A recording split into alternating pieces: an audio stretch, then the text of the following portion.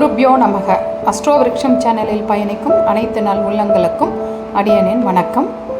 இன்றைக்கி வெள்ளிக்கிழமை ஒரு விளக்கு பற்றின ஒரு தகவல் என்னன்னு கேட்டிங்கன்னா, நம்ம எல்லா கோவிலுக்கும் போகிறோம். மிகப்பெரிய பரிகாரம் அப்படின்னு சொல்லப்படுறது தீபம் ஏற்றுதல் அப்படின்னு சொல்கிறோம்.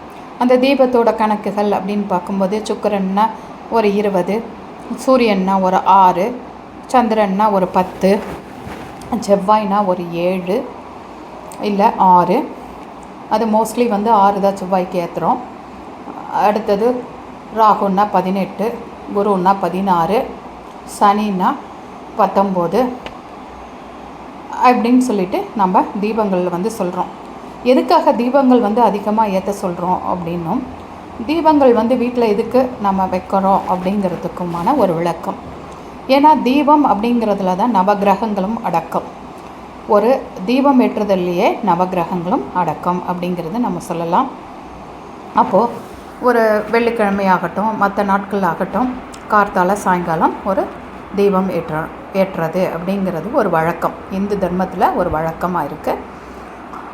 அதுலேயும் பார்த்தீங்கன்னா, ஏன்னா தீபம் அப்படின்னாவே ஒரு இருளை போக்கக்கூடியது அப்படிங்கிற ஒரு அர்த்தம். இப்போ இரவு வேளையில் ஒரு தீபம் வைக்கிறோம், அந்த இடம் ஃபுல்லாக வெளிச்சம் ஆகிடுது. ஸோ இரவு வேளையில் தீபம் ஏற்றுறது ஒரு வெளிச்சத்தை கொடுக்குது.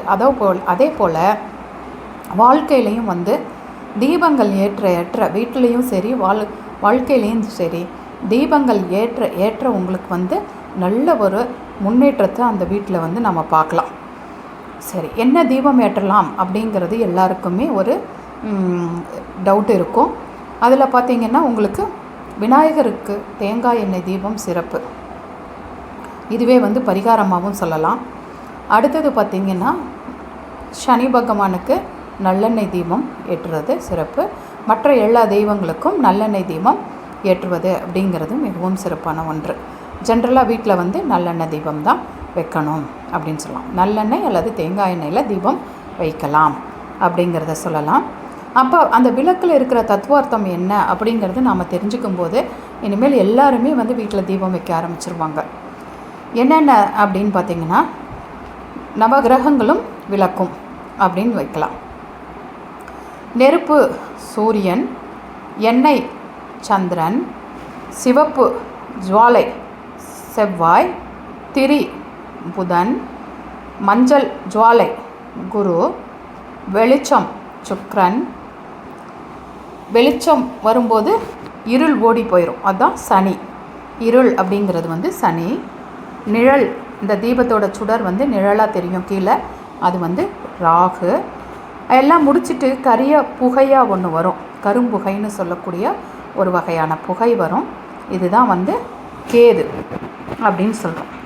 ஸோ இந்த நவகிரகங்களும் தீபத்தில் அடக்கம். அதனால தான் தீபம் ஏற்றுதல்ங்கிறதே மிகப்பெரிய பரிகாரமாக நம்ம சொல்லப்படுறோம். என்னுடைய பாயிண்ட் ஆஃப் வியூவில் முடிஞ்சளவு வீட்டில் தீபம் ஏற்றுங்க, இல்லைன்னா பக்கத்தில் இருக்கிற கோவிலில் தீபம் ஏற்றுங்க அப்படிங்கிறது தான் மிகப்பெரிய பரிகாரமாக நான் சொல்லிகிட்ருப்பேன். அந்த டைம் மட்டும் கரெக்டாக ஃபாலோ பண்ணணும் அப்படிங்கிறது. அதுதான் நவகிரகங்களும் தீபங்களும் அப்படிங்கிற ஒரு டாபிக் இது. அது நவகிரகங்களும் அந்த தீபத்துக்குள்ளே இருக்குது. அப்போ எல்லா கிரகங்களும் ஆளுமைக்கு அந்த தீபம் ஒன்றே போதுமானது. இதுதான் நம்ம வள்ளலாரோட வழிமுறையில் ஒரு தீப வழிபாடு. அவங்க இதில் பார்த்திங்கன்னா, ராமலிங்க வள்ளலாரோட இதில் பார்த்திங்கன்னா, அருட்பெருஞ்சோதி தனிப்பெருங்கருங்கன்னு சொல்லிட்டு ஒரு தீபம் மட்டும்தான் இருக்கும். அதை வச்சு தான் வழிபாடு பண்ணுவாங்க. இதுதான் அதனுடைய சூட்சமம் அப்படிங்கிறத சொல்லலாம். வாழ்க வளமுடன். கிருத்திகா 8122284840.